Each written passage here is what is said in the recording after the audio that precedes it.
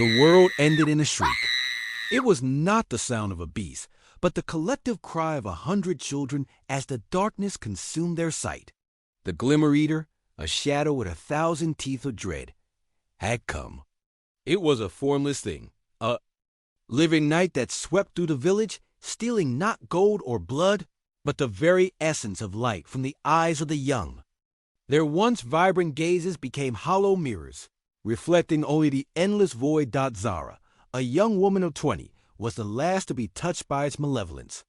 Her eyes, the color of a warm African sunset, were lost as she stood over her younger brother's lifeless gaze.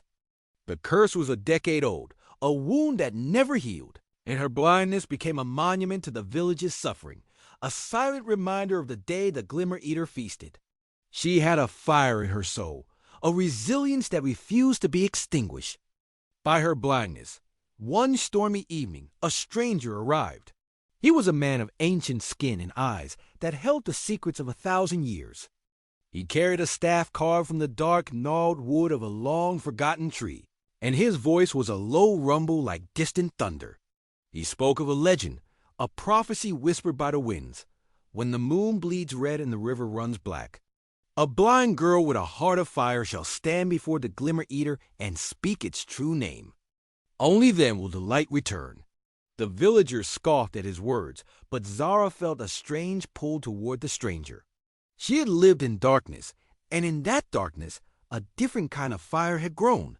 She begged the man to guide her, and with a solemn nod, he agreed that their journey was fraught with peril. They navigated treacherous paths, crossed roaring rivers, and faced the jungle's hidden dangers. The stranger taught Zara to listen with her heart, to feel the vibrations of the earth, and to smell the coming rain. He taught her to see and obey, ways she never thought possible.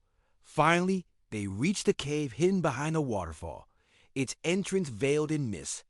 Inside, the Glimmer Eater lay dormant, a mass of swirling shadow and silent dread. The air was thick with the scent of fear, but Zara felt only a burning resolve.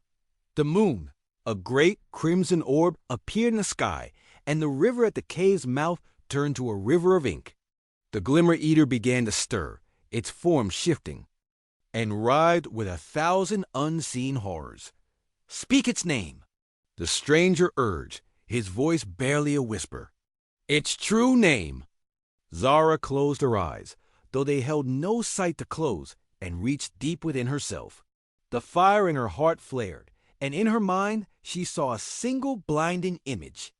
It was not a beast of shadow, but a reflection of 1,000 broken mirrors, each one holding a piece of the village's fear. "Your name is the fear of the unseen," she cried out, her voice echoing with the force of her conviction. The Glimmer Eater let out a shriek that tore at the very fabric of the world, and its form dissolved into 1,000 shards of light, which then flew back to the village. The curse was broken. The villagers' sight returned, and the jungle was once again filled with laughter. But when Zara opened her eyes, she did not see the world as the others did. The colors were more vibrant, the shapes more defined, and she could see not just the world around her, but the essence of every living thing.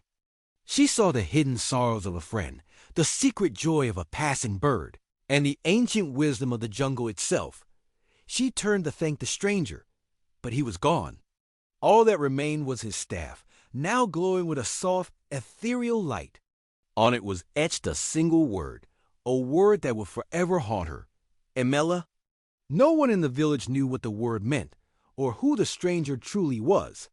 And as Zara looked at the world with her new sight, she knew that the greatest mystery was not the curse that had been broken, but the gift that had replaced it. What did Emela mean, and what had she truly become?